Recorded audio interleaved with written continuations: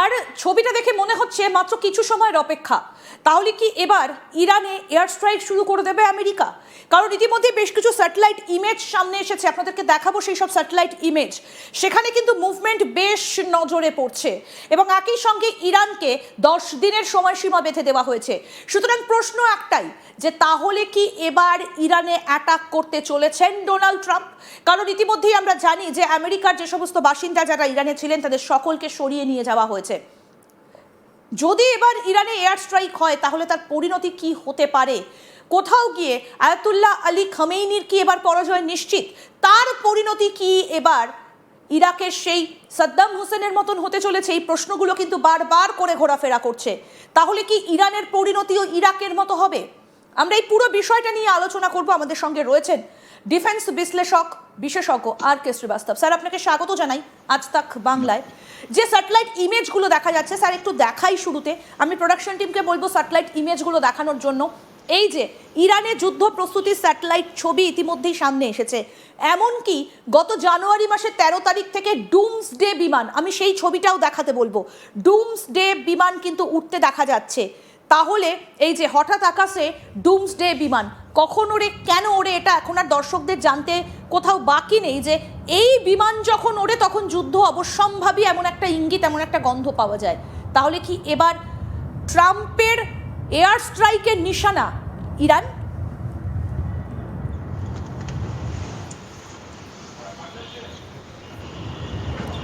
Sir শুনতে পাচ্ছেন? হ্যাঁ, নমস্কার। আপনি আমার থেকে জিজ্ঞেস করছেন? ওকে, দেখুন, এই যে মনরো ডক্ট্রিন আছে, আমেরিকা ইরানের রিলেশন বুঝতে গেলে আমাদেরকে মনরো ডক্ট্রিন রিকল করতে হবে। মনরো ডক্ট্রিন বলেছে যে আমাদের আমেরিকান যেটা কন্টিনেন্ট আছে ওইটা আমাদের প্রথম প্রায়োরিটি আছে। তাই জন্য আপনার ভেনিজুয়েলাতে অপারেশন হলো। এখন পর্যন্ত ওদের প্রেসিডেন্ট এখনো ওদের লিগ্যাল একটা আছে, সিচুয়েশন আছে, উনি আমেরিকার মাটিতে বসে ওটা ফেস করছেন, রাইট? এটা ভেনিজুয়েলা যেটা হলো একটা যে অপারেশন যেটা হচ্ছে পুরো বিশ্ব জানিয়েছে।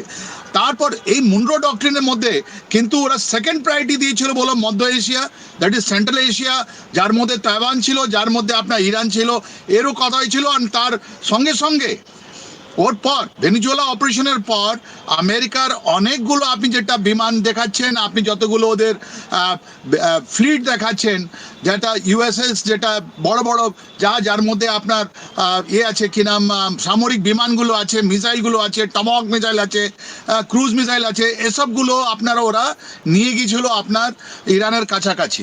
কিন্তু এটা তো অনেক দিন হয়ে গেল।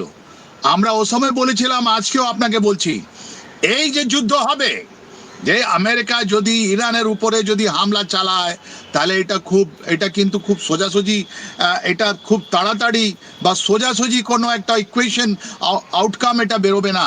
Iran is not Venezuela, that is point 1। Point 2, আজকে দিনে ইরান এখন রাশিয়ান নেভাল শিপ নিয়ে ওরা ওখানে একটা মহড়া করছে, হরমুজের কাছে মহড়া করছে।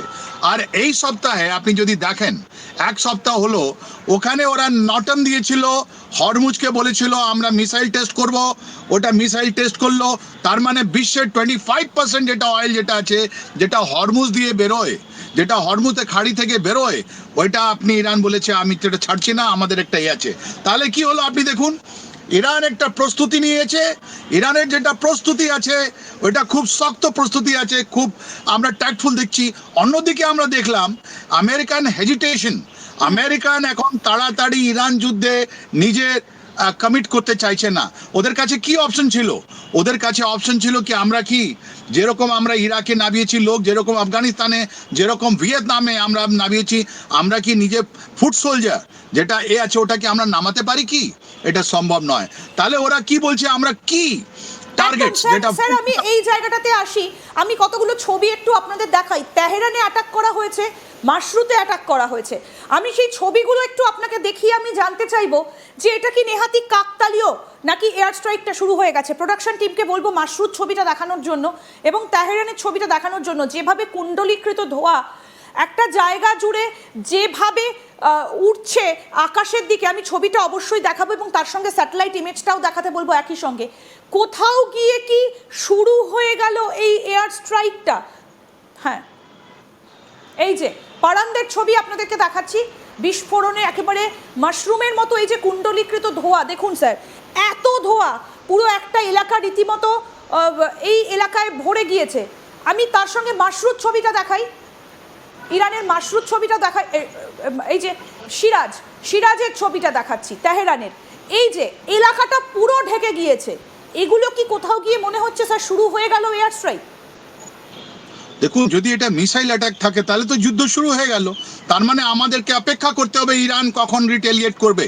যখন 12 দিনের যুদ্ধের পর ইরানের মিসাইল ক্যাপাবিলিটি যেটা ছিল, যেটা ক্রুজ মিসাইল ছিল, যেটা আপনার ইসরায়েলের যেটা 3 tears of air defence system, ওটা ভেদ করে গিয়েছিল ওখানে, ওটা স্টিল ইনট্যাক্ট আছে, মনে রাখবেন।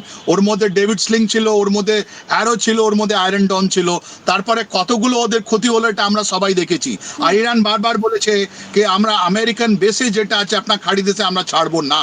তারপর এটা আমি বলছি আপনাকে, আমেরিকা যেটা টার্গেট লিস্ট বানালো, ওর মধ্যে 2-3টে জিনিস আছে। নাম্বার 1, একটা পার্সোনালিটি বেসড আছে, তার মানে ওদের যেটা কি পার্সোনালিটি, যার মধ্যে আপনার খামেনি আছেন, যার মধ্যে ওখানে ওদের প্রেসিডেন্ট আছেন, ওদের আইআরজি ইরানিয়ান রেভলিউশনারি গার্ডের হেডকোয়ার্টার আছে, ওদের ইন্টেলিজেন্স হেডকোয়ার্টার আছে, ওদের সৈন্য যেটা হেডকোয়ার্টার আছে, এটা একটা জিনিস আছে।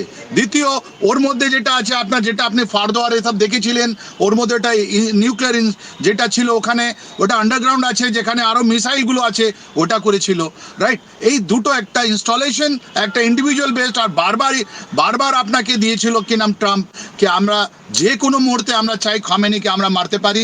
তাই জন্য খামেনি এই যে টাইম নিয়েছিলেন, এই টাইমের মধ্যে নিজের ডিফেন্সটাকে আরো সুদর্ঘ বানিয়েছেন, আরো ভালো বানিয়েছেন, আরো বাংকারের ভিতরে গেছেন, যেখানে আর এদের মাদার অফ অল বাম যদি হয় ওটাও সম্ভব হয় না।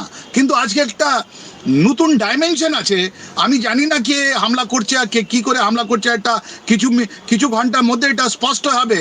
কেন যে রাশিয়ার যেটা নেভাল শিপগুলো আছে, সামরিক যেটা শিপগুলো আছে, পানি জাহাজগুলো আছে, ওটাও ওদের ইরানের কাছে আছে। এটা নতুন অ্যাঙ্গেল ওরা বের করেছে। তারপর ওরা এই চায়না থেকে, আমরা এই জায়গাটাতে আসবো, কিন্তু আমি একটু স্যাটেলাইট ইমেজটার ব্যাখ্যা আপনার কাছ থেকে চাইবো। আমি প্রোডাকশন টিমকে স্যাটেলাইট ইমেজটা দেখাতে বলবো। স্যার, এই ছবিটা দেখে আপনার দীর্ঘ অভিজ্ঞতা কি বলছে? এই যে এটা কি একেবারে এয়ার স্ট্রাইক হলে কি করে ঠেকানো যায় সেই জন্য প্রস্তুতি? কারণ আমরা স্যাটেলাইট ইমেজে বেশ কিছু বাংকার দেখতে পাচ্ছি। সাধারণভাবে সাধারণ মানুষ হিসেবে আমাদের চোখেও এই বাংকারগুলো পড়ছে, চোখে পড়ছে। কোথাও গিয়ে কি এখান থেকেই একটা নজরদারি চলছে, বা এই জায়গাগুলোই কি তৈরি হয়ে বসে আছে? দেখুন, এইটা যেটা আপনার দেখাচ্ছেন, এটা পাহাড়ের এলাকা, পাহাড়ি এলাকা আছে। আর ডেফিনেটলি এটা তো পুরনো এলাকা, যেটা ওদের মিসাইল বেস যাওয়ার জন্য এন্ট্রান্স আছে, এরকম বানিয়েছে যে ওখান থেকে ঢোকার জায়গা, তারপরে টানেলিং আছে, তারপরে আন্ডারগ্রাউন্ড যেখানে মিসাইল আছে, যেখানে ওখানে ড্রোন আছে, এসব জায়গা আপনি দেখাচ্ছেন। এই যে আপনি দেখুন দুটো যেটা আপনি দেখাচ্ছেন, এসব এন্ট্রান্সগুলো আছে। আর এটা মাল্টিপল এন্ট্রান্স, তার মানে যেরকম হামাস যুদ্ধ করেছিল ইসরায়েলের সঙ্গে, টানেল ওয়ারফেয়ার করেছিল, ইরানের যারা লোক আছে এখন ওরা টানেল ওয়ারফেয়ার করছে, যার মধ্যে ওদের মিসাইল, যার মধ্যে ওদের আর্ম ড্রোন, এসবগুলো রাখা আছে সেফটি থেকে। ওরা যখন আসবে একটা দরজা খুলবে, ওরা স্ট্রাইক করবে, আবার ঢুকে যাবে।